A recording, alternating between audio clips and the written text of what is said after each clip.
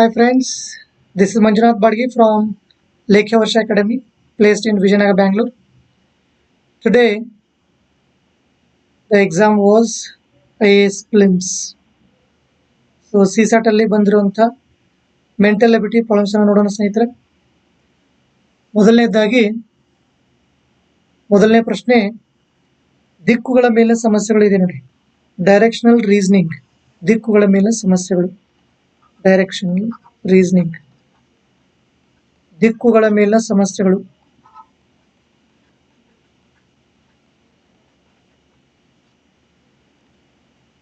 A man walks down the back side of his house straight 25 meters, then turns to the right and walks 50 meters again. Then he turns towards the left and again walks 25 meters.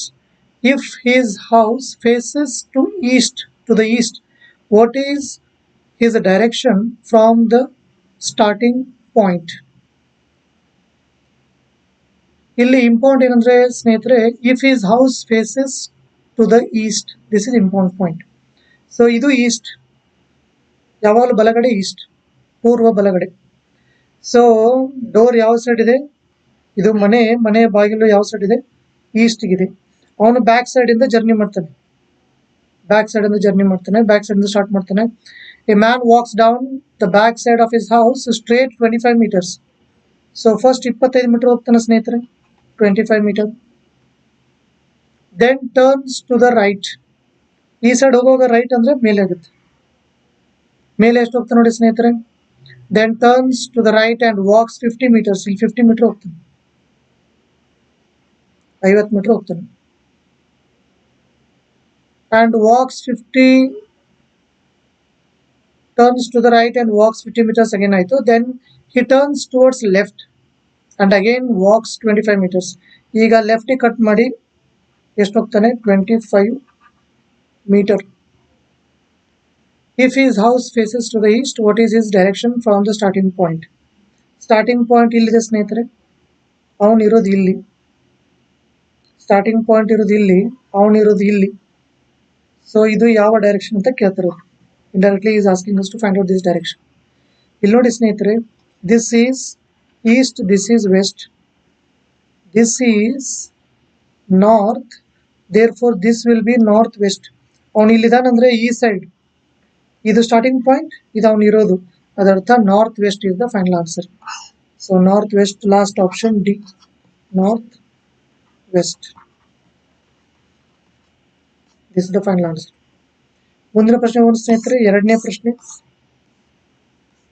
Second problem on this. Two statements are given followed by two conclusions. ಈ type question ಜಾಸ್ತಿ ಕೇಳಿದಾನೆ ಸ್ನೇಹಿತರೆ ಈ ಸತಿ. ಅಂದ್ರೆ ಎರಡು statement ಕೊಡೋದು, answer ಮಾಡ್ಲಿಕ್ಕೆ ಒಂದೇ ಸಾಕಾ, ಎರಡು ಸಾಕಾ, ಎರಡು ಬೇಕಾ, ಎರಡು ಕೊಟ್ಟರು ಆಗಲ್ವಾ, ಈ ತರ ಆಪ್ಷನ್ಸ್ ಕೊಟ್ಟಿದ್ದಾನೆ. So two statements are given followed by two conclusions. Statements ಏನಿದೆ ನೋಡಿ, all numbers are divisible by 2, all numbers are divisible by 3. 2 ದಿಂದನೂ ಡಿವೈಡ್ ಆಗಬೇಕು, 3 ಇಂದನೂ ಡಿವೈಡ್ ಆಗಬೇಕು. These are the statements. 2 ದಿಂದ ಡಿವೈಡ್ ಆಗಬೇಕು, 3 ಇಂದನೂ ಡಿವೈಡ್ ಆಗಬೇಕು. ಇದರ ಅರ್ಥ ಏನು ಅಂದ್ರೆ 6 ಇಂದ ಡಿವೈಡ್ ಆಗಬೇಕು ಅಂತ. 2 ಇಂದ ಡಿವೈಡ್ ಆಗೋ ಅಂದ್ರೆ ಯಾವ? This kind of numbers. 3 ಇಂದ ಡಿವೈಡ್ ಆಗೋದು ಅಂದ್ರೆ ಇದರ ಅರ್ಥ ಏನು ಅಂದ್ರೆ 6 is divisible by both, 12 is divisible by both, ಅದರ ಅರ್ಥ ಡಿವಿಸಿಬಲ್ ಬೈ 6 ಅಂತ ಲೆಕ್ಕ. ಈಗ ಕನ್ಕ್ಲೂಷನ್ 1 ನೋಡಿ, ಮೊದಲನೇ conclusion, all numbers are divisible by 6. Of course all numbers are divisible by 6.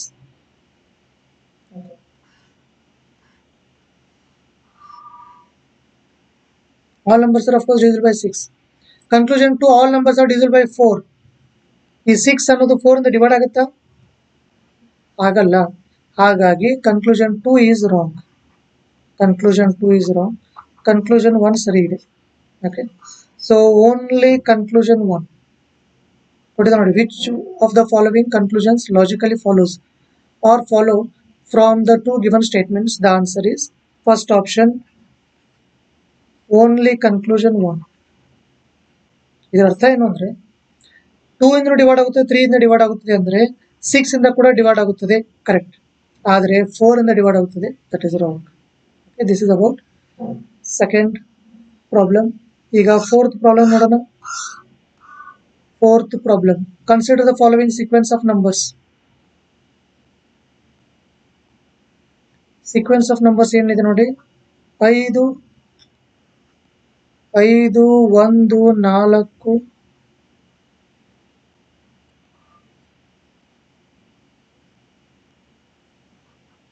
5 1 4 7 3 9 7 3 9 8 5 7 8 5 7 ಇದೆ, 2 6 3 ಇದೆ, 1 5 ಇದೆ.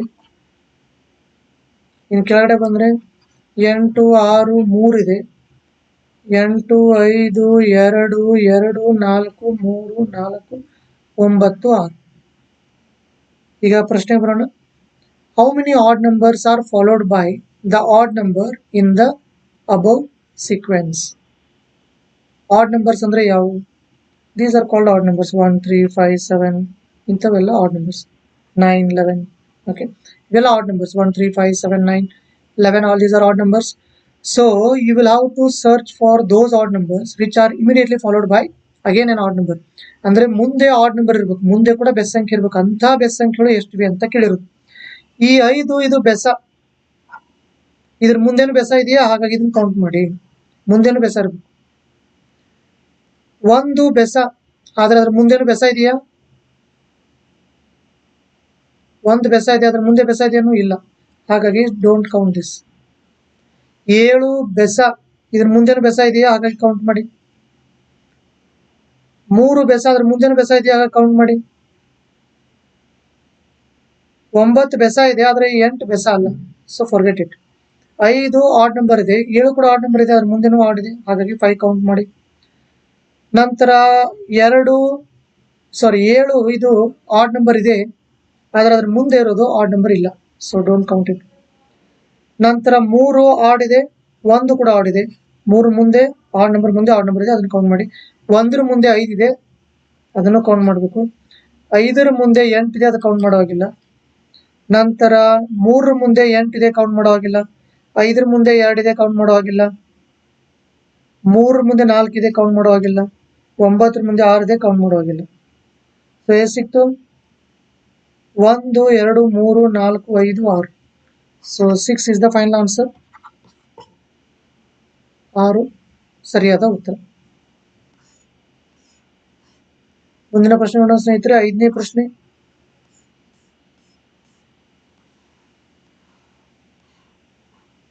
ಇದು ಯಾವುದ್ರ ಮೇಲಿದೆ? Sitting arrangement. This is a problem of sitting arrangements. A is 16th from the left end in a row of boys and V is 18th from the right end. G is 11th from A towards the right and 3rd from V towards the right end. How many boys are there in the row?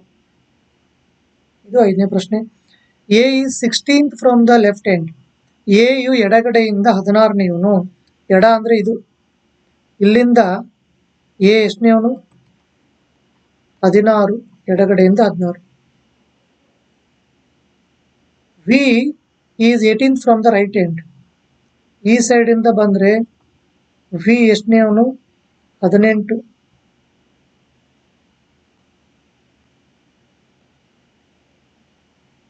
ನೋಡಿ, A 16th ಈ side ಇಂದ, A 16. V ಈ side ಇಂದ, V ಈ side ಇಂದ 16ನೇವನಲ್ಲ, 17ನೇವನಲ್ಲ, 18ನೇವನು. ಯಾರು? V. V is 18th from the right hand ಆಯ್ತು. G is 11th from A towards the right. A ನ ಬಲಗಡೆ G 11ನೇವನು. ಇವನು ಬಲಗಡೆ ಮೊದಲನೇವನು ಅಂದ್ಬಿಟ್ರೆ ಅವನು ಎಷ್ಟನೇವನಾಗ್ತಾನೆ? 17ನೇವನಾಗ್ತಾನೆ. ಯಾಕಂದ್ರೆ ಇಲ್ಲಿ 16 ಮೊದಲನೇ ಅವನು ಅಂದ್ರೆ 16 ಪ್ಲಸ್ 1 16 ಪ್ಲಸ್ 1 ಅಂತ. ಎರಡನೇ ಅವನು ಅಂದ್ರೆ 16 ಪ್ಲಸ್ 2. ಮೂರನೇ ಅವನು ಅಂದ್ರೆ 16 ಪ್ಲಸ್ 3. ಹಾಗೇನೆ 11ನೇಯವನು ಅಂದಾಗ 16 ಪ್ಲಸ್ 11, ಅದರ ಅರ್ಥ 27. ಅದರ ಅರ್ಥ ಈ ಸೈಡ್ ಇಂದ ಕೌಂಟ್ ಮಾಡ್ತಾ ಬಂದ್ರೆ ಜಿ ಎಷ್ಟನೇ ಆಗ್ತಾನೆ 27. ಇದ್ರಿಗೆ ಅರ್ಥ ಆಯ್ತಾ? ಈಗ ನೋಡಿ, ಅಷ್ಟೇ ಅಲ್ಲ, third from V towards the right hand. ಇಲ್ಲಿ ವಿ ಇದಾನಲ್ಲ, ಅವನು ಬಲಗಡೆ ಮೂರನೇ ಅವನು ಯಾರು, ಇವನೇ ಜಿ. ಅಂದ್ರೆ ಇಲ್ಲಿ ಇವ್ರಿಬ್ರು ಮಧ್ಯಕ್ಕೆ ಬರಲ್ಲ, ಅವನು ಇನ್ನೊಂಚೂರು ಈ ಸೈಡ್ ಬರ್ತಾನೆ ಅಂತ. ವಿನ್ ದಾಟ್ಕೊಂಡು ಹೋಗ್ತಾನೆ. ಎಲ್ಲಿಗೆ ಹೋಗ್ತಾನೆ? 15ವರೆಗೆ ಹೋಗ್ತಾನೆ ನೋಡಿ. ಯಾಕೆ ಹೇಳಿ? ಇಲ್ಲಿ ಬರ್ತಾನೆ ಜಿ. ಯಾಕೆ ಅಂದ್ರೆ ವಿನ ಬಲಗಡೆ ಮೂರನೆಯವನು. ವಿ ಇರೋದಿಲ್ಲಿ 1 2 3, third from V towards the right hand. ಇಲ್ಲಿ ಜಿ ಬರ್ತಾನೆ. ಇವಾಗ ಏನಾಯ್ತು ಅನ್ನೋದು ಹೇಳ್ತೀನಿ ನೋಡಿ. ಈ ಸೈಡ್ ಇಂದ ಲೆಫ್ಟ್ ಹ್ಯಾಂಡ್ ಸೈಡ್ ಇಂದ ಜಿ 27ನೇಯವನು ಹೇಗೆ ಅಂದ್ರೆ 16 ಪ್ಲಸ್ 11, 16 ಪ್ಲಸ್ 11, ಅದಕ್ಕೋಸ್ಕರ 27. That is one thing. Second thing, G ಈ ವಿ ನ ಬಲಗಡೆ ಮೂರನೇವನು ಅಂದ್ರೆ ಜಿ 15ನೇವನು. ಆ ಸೈಡ್ ಇಂದ ಇವನು 15ನೇವನು. ಆ ಸೈಡ್ ಇಂದ 15ನೇವನು ಅಂದ್ರೆ ಈ ಸೈಡ್ 14 ಜನ ಇದಾರಲ್ಲ, 14 ಆದ ನಂತರ 15ನೇವನು ಜಿ.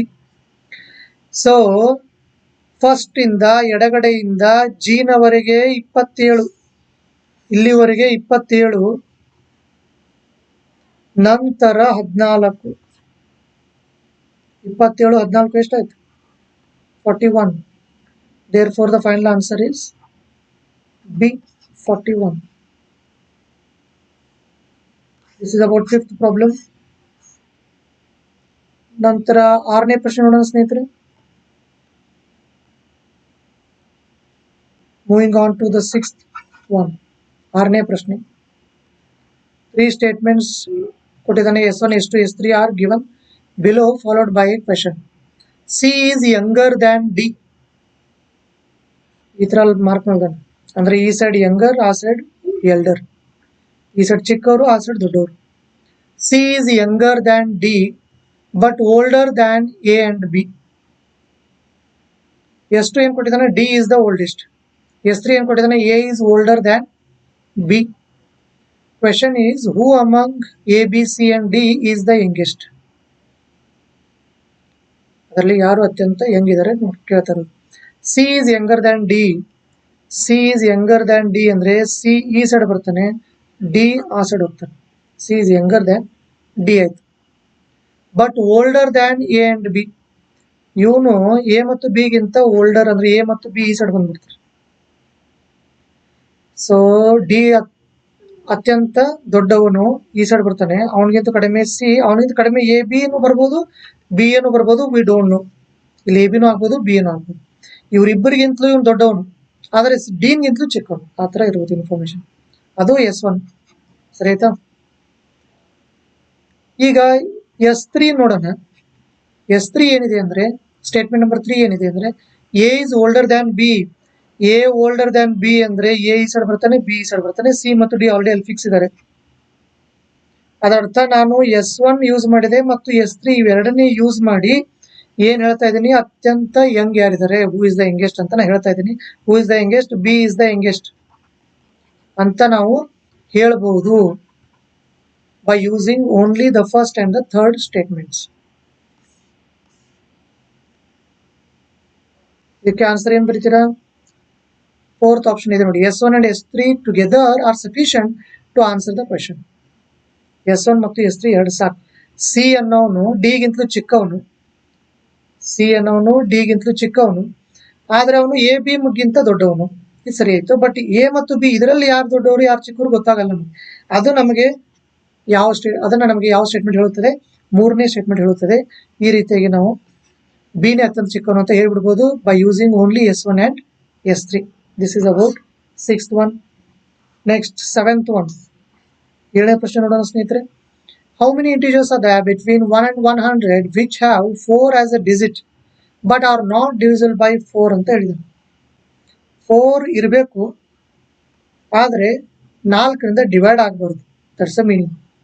ಓಕೆ. ಸೊ ಈಗ 4, 14, 24, 34, 44, 54, 64, 74, 84, 94 ಇವೆಲ್ಲದರಲ್ಲೂ ಏನಿದೆ ಸ್ನೇಹಿತರೆ, 4 ಅನ್ನೋದು ಒಂದು ಅಂಕಿ ಇದೆ. ಅಷ್ಟೇ ಅಲ್ಲ, 40ರಲ್ಲಿ ಇಲ್ವಾ, 41ರಲ್ಲಿ ಇಲ್ವಾ, 42, 43, 44, 45, 46, 47, 48, 49 ಇವಿಷ್ಟರಲ್ಲಿ ಏನಿದೆ, 4 is used as A digit. ಇವೆಲ್ಲ 1ರಿಂದ 100ವರೆಗೆ ಅಷ್ಟೇ ಅಲ್ಲ ನಂಬರ್ಸ್ಗಳು. ಅದರಲ್ಲಿ ಆ ನಂಬರ್ಗಳಲ್ಲಿ 4 ಅನ್ನೋದು ಒಂದು ಅಂಕಿ ಇರಬೇಕು, ಅಂಥ ನಂಬರ್ಗಳಿವೆಲ್ಲ. ಈ ನಂಬರ್ಗಳು ನಮಗೆ ಅಷ್ಟು ಬೇಕಾಗಿಲ್ಲ. ನಮಗೆ ಎಂಥ ನಂಬರ್ಗಳು ಬೇಕಾಗಿವೆ ಅಂದ್ರೆ ನಾಟ್ ಡಿವಿಸಲ್ ಬೈ 4, 4ರಿಂದ ಡಿವೈಡ್ ಆಗ್ಬಾರ್ದು ಸ್ನೇಹಿತರೆ.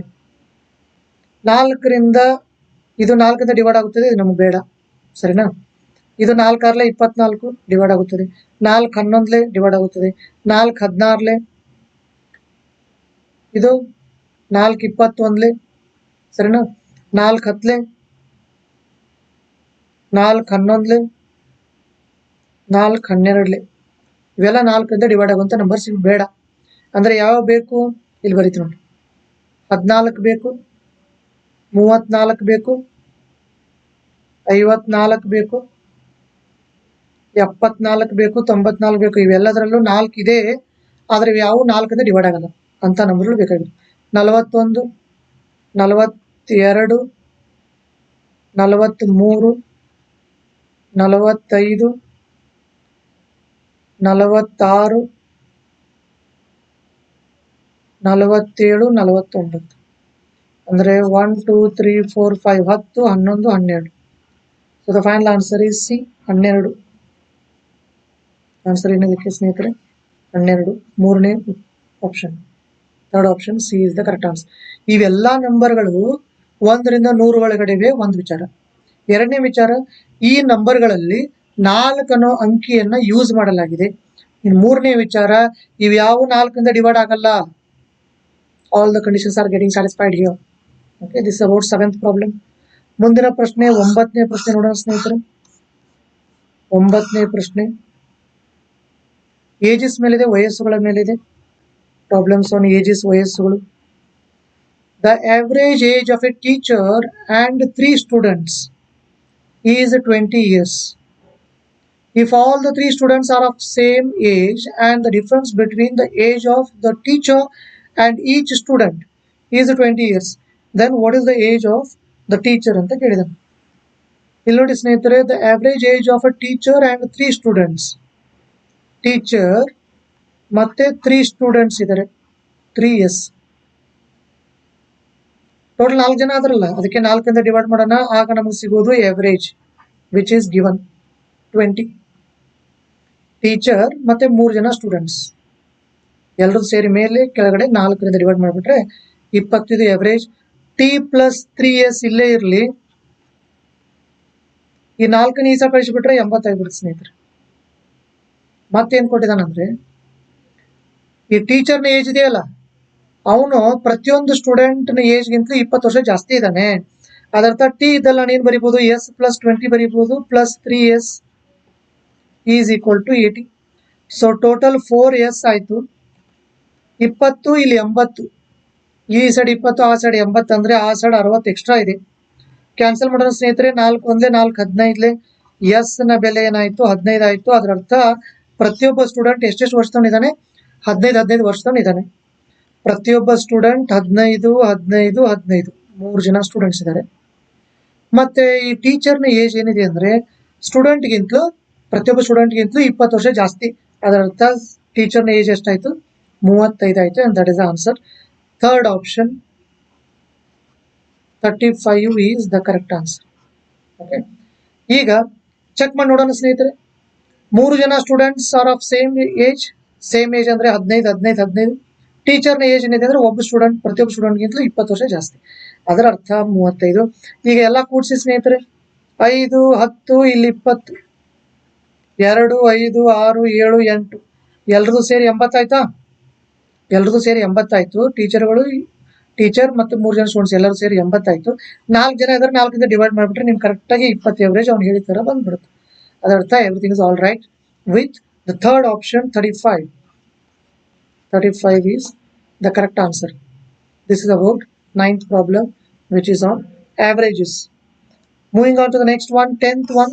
10ನೇ ಪ್ರಶ್ನೆ ನೋಡೋಣ ಸ್ನೇಹಿತರೆ. 10ನೇ ಪ್ರಶ್ನೆ ಇದು ಯಾವುದ್ರ ಮೇಲೆ ಇದೆ? ಪ್ರಾಫಿಟ್ ಅಂಡ್ ಲಾಸ್, ಲಾಭ ಮತ್ತು ನಷ್ಟದ ಮೇಲೆ ಸಮಸ್ಯೆ. ಲಾಭ ಮತ್ತು ನಷ್ಟ. 10ನೇ ಪ್ರಶ್ನೆ ಲಾಭ ಮತ್ತು ನಷ್ಟ. A person bought a car and sold it for 3 lakh rupees. If he incurred a loss of 20%, then how much did he spend to buy the car? ಅಂದ್ರೆ ಅವನಿಗೆ 20% ಲಾಸ್ ಆಗಿಬಿಟ್ಟಿದೆ ಸ್ನೇಹಿತರೆ. 20% ಲಾಸ್ ಆಗಿದೆ ಅಂದ್ರೆ ಏನರ್ಥ ಹೇಳಿ? ಕೈಗೆ 80% ಬಂದಿದೆ ಅಂತ. 20% ಲಾಸ್ ಆಗಿದೆ ಅಂದ್ರೆ ಒಂದೇ, ಕೈಗೆ 80% ಕೈಗೆ ದುಡ್ಡು ಬಂದಿದೆ ಅಂದ್ರೂ ಒಂದೇ. ಸೊ 80% ಕೈಗೆ ಬಂದಿದೆ, 80% ಅಂದ್ರೂ ಒಂದೇ, 3 ಲಕ್ಷ ಅಂದ್ರೂ ಒಂದೇ. ಬೇಕಾಗಿರೋದು 100%. ಬೇಕಾಗಿರೋದು 100%. We want the total cost price. So first ಇರೋದು ಯಾವಾಗಲೂ ಕೆಳಗಡೆ, ಮಿಕ್ಕಿದೆಲ್ಲ ಮೇಲ್ಗಡೆ. 0 ಕೈ ಬಿಡೋಣ ಸ್ನೇಹಿತರೆ. 2 4s 2 5s 4 ಕ್ಯಾನ್ಸಲ್ ಮಾಡ್ತಾ ಇದ್ದೀನಿ. 4 1s 4 7s 28. 2 ಉಳಿತು, 20 ಆಯ್ತು. 4 5s ಮುಂದೆ 3 ಸೊನ್ನೆಗಳು. 3 ಸೊನ್ನೆಗಳನ್ನ ಫಸ್ಟ್ ಬರೆದು ಬಿಡೋಣ ಸ್ನೇಹಿತರೆ. 5 5 25, 2 5 7 35, 2 37. The final answer is 3,75,000 rupees. It is there in the last option. Last option 3,75,000 ಸರಿಯಾದ ಉತ್ತರ. ಇಲ್ಲಿ ಏನಾಗಿದೆ ಅಂದ್ರೆ 20% ಲಾಸ್ ಮಾಡ್ಕೊಂಡು ಸೇಲ್ ಮಾಡ್ತಾ ಇದ್ದಾನೆ. 20% ಲಾಸ್ ಅಂದ್ರೆ 80% ತಗೊಂಡ್ಬಿಡ್ಬೇಕು ಅಷ್ಟು. ಕೈಗೆ ಬಂದಿರೋದು 80%, ಕೈಗೆ ಬಂದಿರೋದು 3 ಲಕ್ಷ. 80% ಅಂದ್ರೆ ಒಂದೇ, 3 ಲಕ್ಷ ಅಂದ್ರೆ ಒಂದೇ. ಏನೂ ಲಾಸ್ ಆಗಿರ್ಲಿಲ್ಲ ಅಂದ್ರೆ, ನೋ ಪ್ರಾಫಿಟ್ ನೋ ಲಾಸ್ ಆಗಿದ್ರೆ ಅಂದ್ರೆ ಅದರ ಅರ್ಥ 100% ಅಂತ. 100% ಅಂದ್ರೆ ಎಷ್ಟು? ಬಲಗಡೆ ಯಾವಾಗಲೂ ಕ್ವಶನ್ ಮಾರ್ಕ್, ಫಸ್ಟ್ ಇರೋದು ಯಾವಾಗಲೂ ಕೆಳಗಡೆ, ಮಿಕ್ಕಿದೆಲ್ಲ ಮೇಲ್ಗಡೆ. ಕ್ಯಾನ್ಸಲ್ ಮಾಡಿಬಿಟ್ರೆ ಆನ್ಸರ್. ಈಗ how to cross verify the answer. ಆನ್ಸರ್ನ ನಾವು ಹೇಗೆ ಕ್ರಾಸ್ ವೆರಿಫೈ ಮಾಡಬೇಕು? ಲಾಸ್ಟ್ ಆಪ್ಷನ್ 3,75,000 ಇದೆ. ಇದು ಸರಿನೋ ತಪ್ಪು ಚೆಕ್ ಮಾಡೋಣ. This is the cost price. ಅವನು ಅದನ್ನ ಎಷ್ಟು ರೂಪಾಯಿ ಕೊಟ್ಟು ತೊಗೊಂಡಿದ್ದಾನೆ? 3,75,000 ರೂಪಾಯಿ ಕೊಟ್ಟು ತೊಗೊಂಬಂದಿದ್ದಾನೆ. ತೊಗೊಂಬಂದು 20% ಲಾಸ್ ಮಾಡ್ಕೊಂಡು ಸೇಲ್ ಮಾಡುತ್ತಿದ್ದಾನೆ. 20% ಲಾಸ್ ಮಾಡ್ಕೊಂಡು ಸೇಲ್ ಮಾಡ್ತಿದ್ದಾನೆ. ಎಸ್, ಅಪಡೆ ಲಾಸ್ ಆಫ್ 20%. 20% ಹ್ಯಾಕ್ ಕಂಡುಹಿಡಿಬೇಕು? ಬಲಗಡೆಯಿಂದ 1 0 ಕೈ ಬಿಟ್ಬಿಟ್ರೆ 10% ಸಿಗುತ್ತದೆ. ಬಲಗಡೆಯಿಂದ 1 0 ಕೈ ಬಿಟ್ರೆ 10%. This is 10%. 10% ಅಂದ್ರೆ 37,500. 20% ಅಂದ್ರೆ ಡಬಲ್ 75,000. ಅದರ ಅರ್ಥ 75,000 ಲಾಸ್ ಮಾಡಿಕೊಂಡು, ಅದರ ಅರ್ಥ 20% ಲಾಸ್ ಅಂದ್ರೆ 75,000 ಲಾಸ್ ಮಾಡಿಕೊಂಡು ಎಷ್ಟಕ್ಕೆ ಸೇಲ್ ಮಾಡುತ್ತಾನೆ? 3 ಲಕ್ಷ ರೂಪಾಯಿಗೆ ಸೇಲ್ ಮಾಡುತ್ತಾನೆ. Of course he has sold it for 3 lakh. Everything is all right. ಈ ರೀತಿಯಾಗಿ ನಾವು 10th ಪ್ರಾಬ್ಲಮ್ ಅನ್ನ on profit and loss manage ಮಾಡಬಹುದು. Moving on to the 18th problem. 18ನೇ ಪ್ರಶ್ನೆ ನೋಡೋಣ ಸ್ನೇಹಿತರೆ.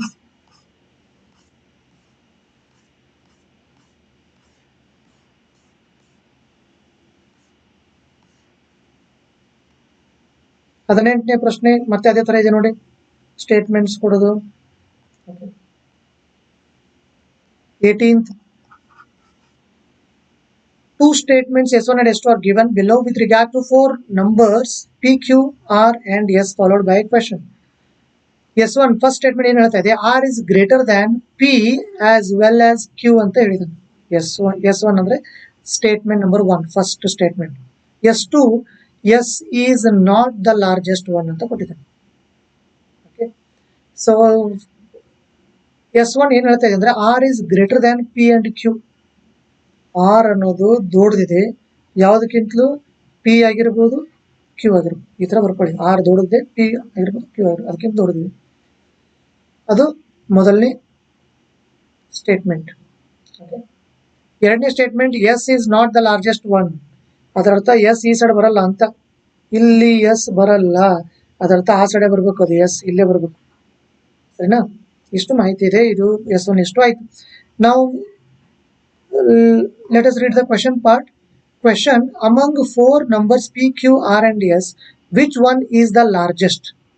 ಯಾವುದು ಅತ್ಯಂತ ದೊಡ್ಡದು ಅಂತ ಕೇಳಿದಾನೆ. ಓಕೆ, ಯಾವುದು ಅತ್ಯಂತ ದೊಡ್ಡದು. ಸೊ ಆರ್ ಏನಿದೆ ಪಿ ಮತ್ತು ಕ್ಯೂಗಿಂತ ದೊಡ್ಡದಿದೆ, ಎಸ್ ಅತ್ಯಂತ ದೊಡ್ಡದಲ್ಲ. These are the informations. ಕೇಳ್ತಾ ಇರೋದು ಯಾವುದು ಅತ್ಯಂತ ದೊಡ್ಡದು. S1 alone is sufficient. ಮೊದಲ ಹೇಳಿಕೆ ಮಾತ್ರ ಸಾಕ. S2 alone is sufficient to answer the question. S1 and S2 together are sufficient to answer the question, but neither S1 alone nor S2 alone is sufficient to answer the question. ಅದೇ correct answer. We require both. So we require both the statements. ಯಾಕೆ ಹೇಳಿ, R ಅನ್ನೋದು P ಮತ್ತು ಕ್ಯೂಗಿಂತ ದೊಡ್ಡದು ಅಂದಾಗ, R ಅನ್ನೋದು P ಮತ್ತು ಕ್ಯೂಗಿಂತ ದೊಡ್ಡದು ಅಂದಾಗ ಯಾವ್ದು ದೊಡ್ಡದು ಅಂತ ಹೇಳಕ್ಕಾಗಲ್ಲ. ಯಾಕಂದ್ರೆ ಎಸ್ ಎಲ್ಲಿದೆ ಯಾರಿಗೂ ಗೊತ್ತು. ಅದು ಎರಡನೇ ಹೇಳಿಕೆಯಲ್ಲಿ ಹೇಳ್ತಾನೆ ಅವನು, ಏನಂದ್ರೆ ಎಸ್ ಅತ್ಯಂತ ದೊಡ್ಡದಲ್ಲ ಅಂತ ಕೊಟ್ಟಿದ್ದಾನೆ. ಅದರ್ಥ S will come here somewhere here. ಆಗ ಮಾತ್ರ ನಾವ್ ಏನ್ ಹೇಳ್ಬೋದು, ಆರ್ ಅತ್ಯಂತ ದೊಡ್ಡದು ಅಂತ ಹೇಳ್ಬೋದು. ಸೊ ಆರ್ ಅತ್ಯಂತ ದೊಡ್ಡದು ಅಂತ ಯಾವಾಗ ಹೇಳಿಕೆ ಸಾಧ್ಯ ಅಂದ್ರೆ ಎರಡು ಹೇಳಿಕೆಗಳನ್ನು ಯೂಸ್ ಮಾಡಿದಾಗ ಮಾತ್ರ ಸಾಧ್ಯ. ಬರೀ ಮೊದಲನೇ ಹೇಳಿಕೆ ಅಥವಾ ಬರೀ ಎರಡನೇ ಹೇಳಿಕೆ ಓದೋದ್ರಿಂದ ಅದು ಅಸಾಧ್ಯ. ಅದಕ್ಕೋಸ್ಕರ the answer is third option. This is about 18th one. Next 19ನೇ ನೋಡೋಣ. 19th ನೋಡೋಣ. ಅದು ಅದೇ ತರ ಇದೆ ನೋಡಿ. Two statements S1 and S2 are given below, followed by a question. S1, statement number 1, n is a prime number. S2, n leaves a remainder of 1 when divided by 4. This is about 19th. So first statement ಏನು ಹೇಳ್ತಾ ಇದೆ, ಇದು ಒಂದು prime number. S2 ಏನು ಹೇಳ್ತಾ ಇದೆ, 4 ಇಂದ divide ಮಾಡಿದ್ರೆ ರಿಮೈಂಡರ್ ಎಷ್ಟು ಬರಬೇಕು, 1 ಬರಬೇಕು ಅಂತ ಹೇಳ್ತೀವಿ. ಸರಿನಾ? ಇವಾಗ ಕ್ವಶನ್ ಓದೋಣ. If n is a unique natural number between 10 and 20, n ಅನ್ನೋದು 10 ಮತ್ತು 20ಗಳ ಮಧ್ಯೆ ಇದೆ. 10 ಮತ್ತು 20ಗಳ ಮಧ್ಯೆ ಇದೆ ಅಂದ್ರೆ ಇಲ್ಲಿ ನೋಡಿ, 10 ಮತ್ತು 20ಗಳ ಮಧ್ಯೆ ಅಂದ್ರೆ ನಮಗೆ ಸಿಗೋವೆ ಯಾವ್ಯಾವು, 11, 13, 15 ಆಗಲ್ಲ, 17, 19. These are the only 4 prime natural numbers that we get between 10 and 20. 10 ಮತ್ತು 20ರ ಮಧ್ಯೆ ನಾಲ್ಕೇ ನಮಗೆ ಅವಿಭಾಜ್ಯ ಸಂಖ್ಯೆಗಳು ಸಿಗೋದು. ಇವುಗಳಲ್ಲಿ ನಮಗೆ ಯಾವ ನಂಬರ್ ಬೇಕಾಗಿದೆ ಅಂದ್ರೆ 4ರಿಂದ ಡಿವೈಡ್ ಮಾಡಿದ್ರೆ ರಿಮೈಂಡರ್ 1 ಉಳಿಬೇಕು. ಇದನ್ನ 4ರಿಂದ ಡಿವೈಡ್ ಮಾಡಿ, 11 4ರಿಂದ ಡಿವೈಡ್ ಮಾಡಿದ್ರೆ 3 ಉಳಿತು. So we don't want this number. 13 4ರಿಂದ ಡಿವೈಡ್ ಮಾಡಿದ್ರೆ 1 ಉಳಿತು, ಇದು ಬೇಕು ನಮಗೆ.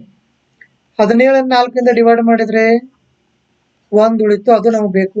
19 4ರಿಂದ ಡಿವೈಡ್ ಮಾಡಿದ್ರೆ 3 ಉಳಿತು, ಅದು ಬೇಡ. ಅದರ್ಥ ನಮಗೆ ಬೇಕಾಗಿರೋ ಯಾವು, 13 and 17. So we are getting 2 different numbers. ಸರಿನಾ? ಈಗ ನೋಡಿ, ದೆನ್ ವಾಟ್ ಈಸ್ ಎನ್ ಅಂತ ಕೇಳಿದಾನೆ. ಎನ್ ಅಂದ್ರೆ ಏನು? ಎನ್ ಅಂದ್ರೆ 13 ಆಗ್ಬೋದು, 17 ಆಗ್ಬೋದು. Which one of the following is correct in respect of the above statements and the question? S1 alone is sufficient to answer the question? No. S2 alone is sufficient to answer the question? No. S1 and S2 together are sufficient? No. Last option, S1 and S2 together are not sufficient. ಯಾಕೆ ಹೇಳಿ, ನಾವು ಎರಡನ್ನು use ಮಾಡಿದ್ರು ಕೂಡ ನಮಗೆ ಎರಡು ನಂಬರ್ಗಳಿಗೆ ಬಂದು ನಿಂತ್ಕೊಂಡಿದೀವಿ ನಾವು. 13, 17 ಡಿಸೈಡ್ ಮಾಡಕ್ ಆಗ್ತಾ ಇಲ್ಲ. We are unable to decide the value of n. Is it 13 or 17? ನಮಗೆ ಎರಡು ಸ್ಟೇಟ್ಮೆಂಟ್ಸ್ ಅನ್ನು ಯೂಸ್ ಮಾಡಿದ್ರು ಕೂಡ we are unable to take the final call. Therefore, last option is the correct answer. S1 and S2 together are not sufficient to answer the question. This is about 19th one. ಈಗ 20th ನೋಡೋಣ. 20ನೇ ಪ್ರಶ್ನೆ ಅದು ಅದೇ ತರ ಇದೆ ನೋಡಿ. ಈ ಟೈಪೇ ಜಾಸ್ತಿ ಇರೋದು ಈ ಸತಿ. ಓಕೆ, 20th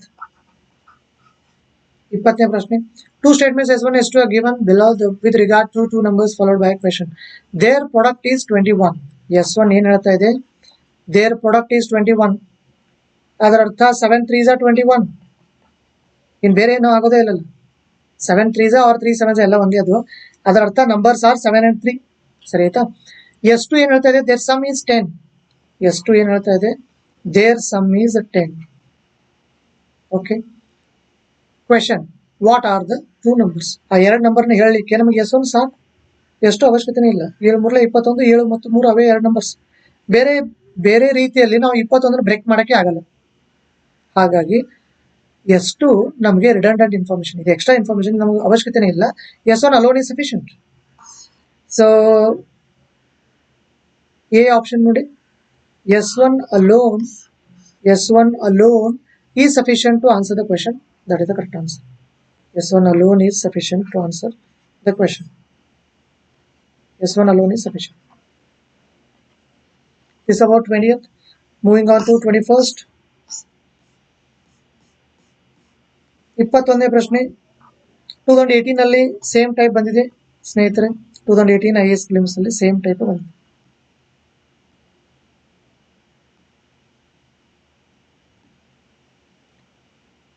ಇಲ್ಲಿ ನೋಡಿ, ಇದು ಡಾಟ್ ಇದ್ದ ಹಾಗೆ. ಯಾವಾಗಲೂ ಈ ತರ ಬರೆಯೋದು ಒಳ್ಳೆಯದು. ಓಕೆ, ಅವನ ಹಾರಿಜಾಂಟಲ್ ಫ್ಯಾಷನ್ ಕೊಟ್ಟಿರ್ತಾನೆ, ನಾವೇನ್ ಮಾಡಬೇಕು, ವರ್ಟಿಕಲ್ ಬರೀಬೇಕು, ವರ್ಟಿಕಲ್ ಆರ್ಡರ್.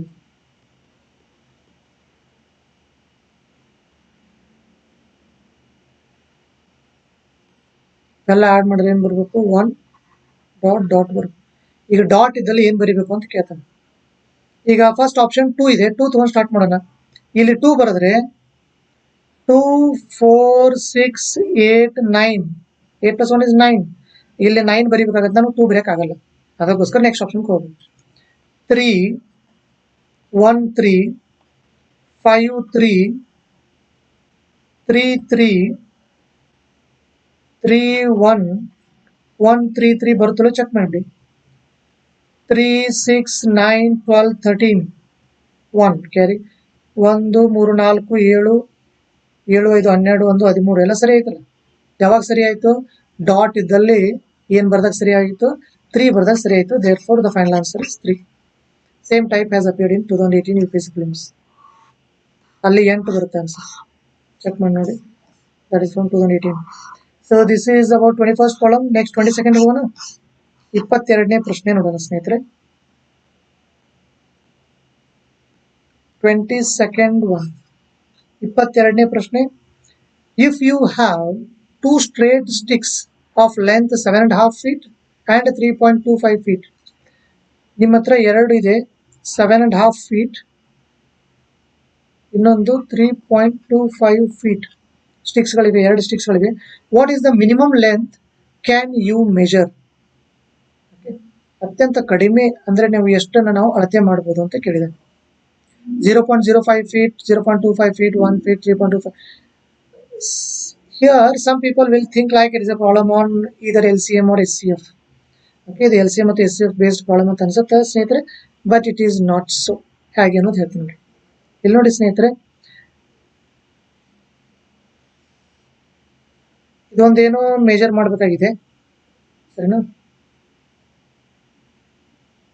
ಇಲ್ಲಿಂದ ಇಲ್ಲಿಗೆ 7.5 ಇದೆ ಅಂತ ತಿಳ್ಕೊಳ್ಳೋಣ.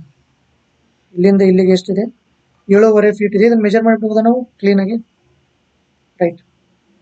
3.25 ಒಂದು ಮಾತ್ರ ಸ್ಟಿಕ್ ಇದೆಯಲ್ಲ, ಅದನ್ನು ಯೂಸ್ ಮಾಡಿದ್ರೆ 3.25 ಮತ್ತೆ 3.25, ಅದರ ಅರ್ಥ 6.5 feet ಬಂದ್ಬಿಡ್ತೀವಿ ನಾವು. 3.25 ಮತ್ತೆ 3.25 ಎರಡು ಸತಿ ಹಿಂಗೆ ಅಳತೆ ಮಾಡಿಬಿಟ್ರೆ 6.5 feet ಬರ್ತೀವಿ. ಇದನ್ನ ನಾವು ಇಲ್ಲಿಂದ ಇಲ್ಲಿಗೆ ಮೆಜರ್ ಮಾಡ್ಬೋದು ನೋಡಿ.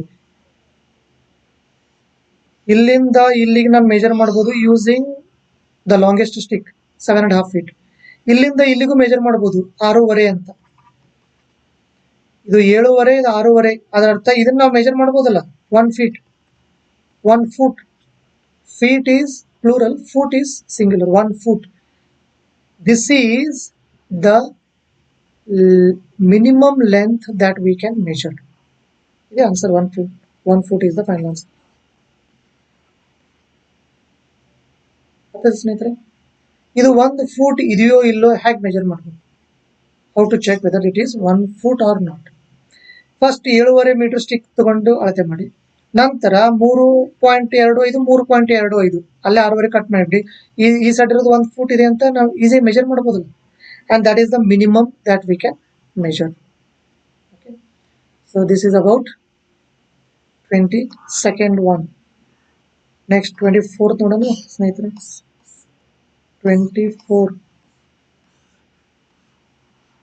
24th problem.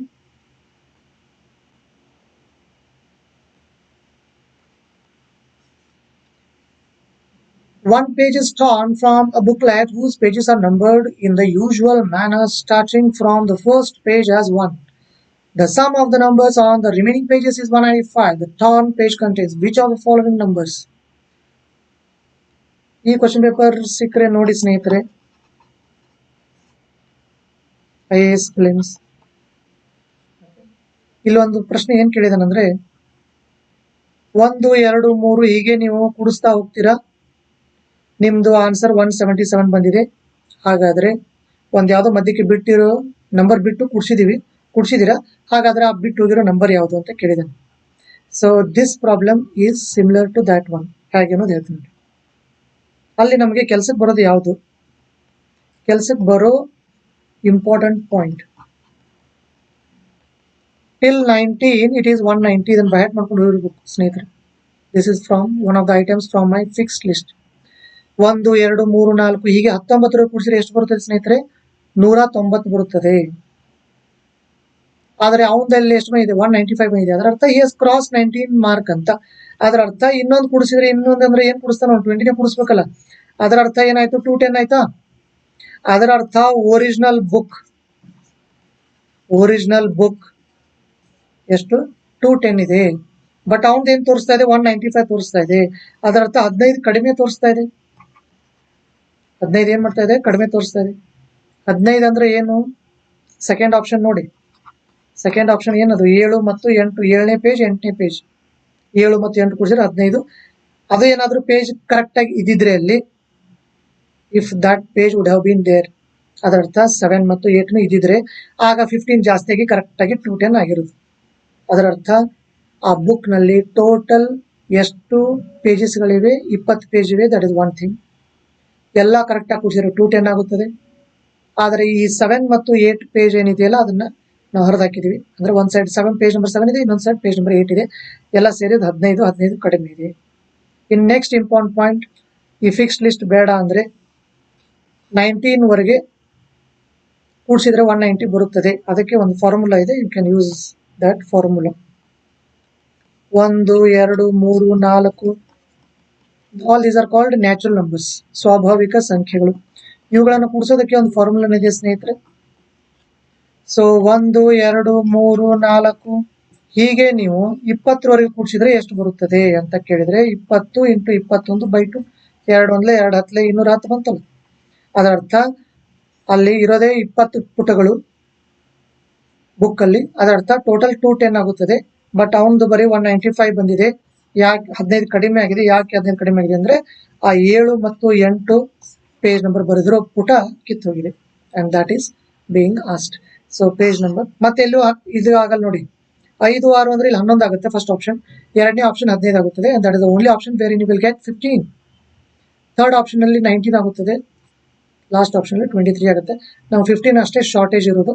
So the second option is the correct answer. This is about 24th one. Next 25th ನೋಡೋಣ ಸ್ನೇಹಿತರೆ. 25ನೇ ಪ್ರಶ್ನೆ ಇದೇ ಸೇಮ್ ಟೈಪ್ ಎಲ್ಲಿದೆ? 2019 ಅಲ್ಲಿ ಇದೆ ನೋಡಿ. ABCD ಈ ತರ. Okay, is a problem on series.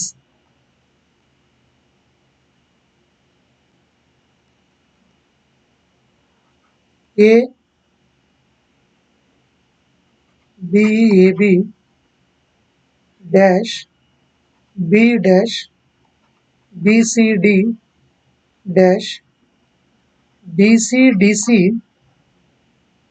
DE D dash D ಇಷ್ಟಿದೆ. ಇಲ್ಲಿ ದ ವೆರಿ ಫಸ್ಟ್ ಥಿಂಗ್ ಏನ್ ಮಾಡ್ಬೇಕು ಅಂದ್ರೆ first count the number of letters here including the blanks. Okay, ಎಲ್ಲ ಸೇರಿಸಿ ಕೌಂಟ್ ಮಾಡ್ಬೇಕು. 1, 2, 3, 4, 5, 6, 7, 8, 9, 10, 11, 12, 13, 14, 15, 16, 17, 18, 19, 20. ಟೋಟಲ್ ಎಷ್ಟಿವೆ ಸ್ನೇಹಿತರಲ್ಲಿ? 20 ಇವೆ. ಟೋಟಲ್ 20 ಇದೆಯಾ? ಟೋಟಲ್ 20 ಇದೆ. 20ನ್ನ ನಾವು ಯಾವ ತರ ಬ್ರೇಕ್ ಮಾಡಬಹುದು? 5 ಇಂಟು 4 ಅಂತ ಬ್ರೇಕ್ ಮಾಡ್ಬೋದಾ? 5 ಇಂಟು 4 ಅಂತ ಬ್ರೇಕ್ ಮಾಡ್ಬೋದು. ಅದರ ಅರ್ಥ 5 ಐಟಮ್ಗಳ 4 ಗುಂಪುಗಳನ್ನ ಮಾಡಬಹುದು.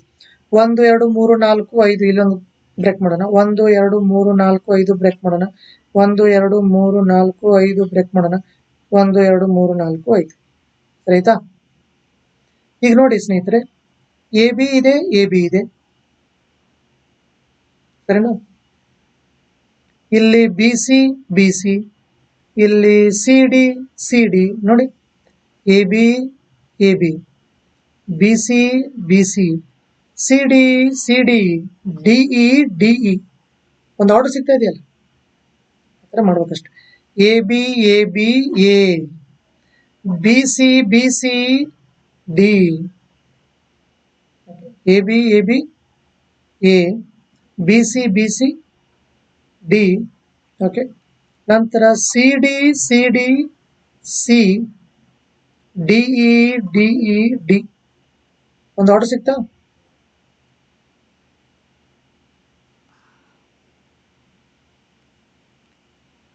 So we are getting an order here: A B, A B, A, B C, B C, D, C D, C D, C, D, D, D. ಒಂದು ಆರ್ಡರ್ ಸಿಕ್ತು ಅಂದ್ರೆ ಅದನ್ನೇ ಫೈನಲ್ ಮಾಡಬೇಕು. ಇಲ್ಲಿ ಬ್ಲಾಂಕ್ ಸ್ಪೇಸ್ ಏನಿದೆ ಮಾಡಿ ಸ್ನೇಹಿತರೆ, ಎ ಇದೆ, ಸಿ ಇದೆ, ಸಿ ಇದೆ, ಇ ಇದೆ. This is the final answer. Okay, so it is there in the third option, and that is the correct answer. So still there are too many problems in this, and I will be coming with part 2 of the same question paper tomorrow. Thank you one and all for watching my video.